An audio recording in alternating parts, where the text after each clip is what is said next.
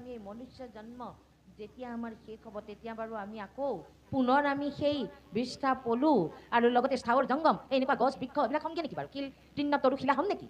সেয়া যদি হ'বলৈ চেষ্টা কৰিবৰ মন আছে তেতিয়াহ'লে ভগৱন্তক এৰি অন্যফালে গতি কৰি থাকক। আৰু যাৰ সেইখিনি হ'বলৈ মন নাই সেইসকলে ঈশ্বৰে কোৱা কথাখিনি ভাগৱতে কোৱা কথাখিনি ভাগৱত পঢ়ি ভাগৱতৰ ধৰ্ম কি ভাগৱতে কি পালন কৰিবলৈ কৈছে তাক যোনে পালন কৰি আছে তেওঁতকৈ আৰু কলিত শ্ৰেষ্ঠ ধৰ্ম পালন কৰোঁতা নাই। কৈছে জগতৰ বোলে মহাসুখ মহানন্দ সুখ বোলে তেওঁ ব্ৰহ্মাণ্ডৰ সুখ বোলে লাভ কৰিব পাৰে বুলি কৈছে। আমাৰ ঐশ্বৰ্য বিভূতি একান্ত ভকতসকলৰ চাওকচোন কেনেকুৱা প্ৰতিজন ছজন ভকত আছে। এই ভকত ছজনৰ জীৱনশৈলীখিনি জানিবচোন যে তেওঁলোকৰ বৃত্তান্ত কেনেকুৱা। তেওঁলোকে ঢেৰ ঐশ্বৰ্য বিভূতি লৈ এখন এখন ৰাজ্যলৈ বহি থকাৰ মাজত ভকত হোৱা নাই।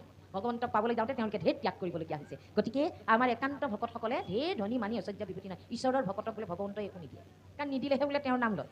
তাৰে প্ৰমাণ দ্ৰৌপদী কি কুন্তী মাতৃ বৰ দিওঁতেও কুন্তী মাতৃয়ে বৰ কেনেকৈ বিচাৰিছিল যে হে মাধৱ তুমি যাবাগৈ মোক বৰ দিম বুলি ভাবিছা দিয়া, কিন্তু মোক এনেকুৱা এটা বৰ দিয়া যে জগতৰ যিমানবিলাক দুখ আছে সকলোখিনি মোৰ মূৰতে জাপি দিয়া। তেতিয়া মাধৱে কি কৈছে ভগৱন্তই যে হে পেহী তুমি কেনেকুৱা বৰ খুজিছা, ইমান দুখত থাকি এতিয়া তোমাৰ অকণমান ভাল আহিছে, ৰাজ্য পাইছে, ল'ৰাহঁতৰ লগত আনন্দে থাকিব লাগে, আকৌ তুমি দুখ যাতনাবিলাককে বিচাৰিছা। কৈছে নহয় মই দুখ যাতনাৰ ভিতৰতহে তোমাক পাম, প্ৰতিদিনে তোমাক স্মৰণত আনিম। যদি সুখত মই বিভূত হৈ থাকোঁ এই মানে দম্ভ দৰ্প অহংকাৰে যদি মোক বেহি ধৰে মই তেতিয়াতো তোমাক নাপাম, তোমাক নামাতিম নহয়, কাৰণ মই কোনোফালে মোৰ অভাৱ নাই, অভাৱ পূৰণ হৈ আছে। গতিকে মই তোমাক কেনেকৈ মাতিম, মোক মাতিবলৈ পাহৰি যাম নহয়। গতিকে মোক যিমানবিলাক জগতৰ দুখ আছে মোকেই জাপি দিয়া। সেইকাৰণে কৈছে যে একান্ত ভকতসকলে কেতিয়াও ঐশ্বৰ্য বিভূতি ব্ৰহ্মাণ্ড সুখখিনি নিবিচাৰে। এই মায়াৰ তেওঁলোকে বিচাৰে এক নাম ঈশ্বৰৰ নামৰ যি মহিমাৰ ব্ৰহ্মাণ্ড সুখ সেইখিনিহে ভাল পায়। সেইকাৰণে তেওঁলোকে ঈশ্বৰৰ গুণ চৰিত্ৰ লীলা একান্ত ভকতসকলৰ মাজতে গাই আৰু শুনি ভাল পায়। এই কথাষাৰ কৈছে। গতিকে কলি যুগৰ ধৰ্মই হৈছে ঈশ্বৰৰ নাম শ্ৰৱণ আৰু কীৰ্তন কৰা, আৰু নৱবিধ ভক্তিৰ ভিতৰত দুবিধেই শ্ৰেষ্ঠ কৰি দিছে, সেয়াই হ'ল শ্ৰৱণ আৰু কীৰ্তন। এই শ্ৰৱণ কীৰ্তন কৰিবলৈ যোৱাজনেই 7 বিধ আপোনা আপুনি তেওঁলোকৰ পালন কৰা হৈ যায়।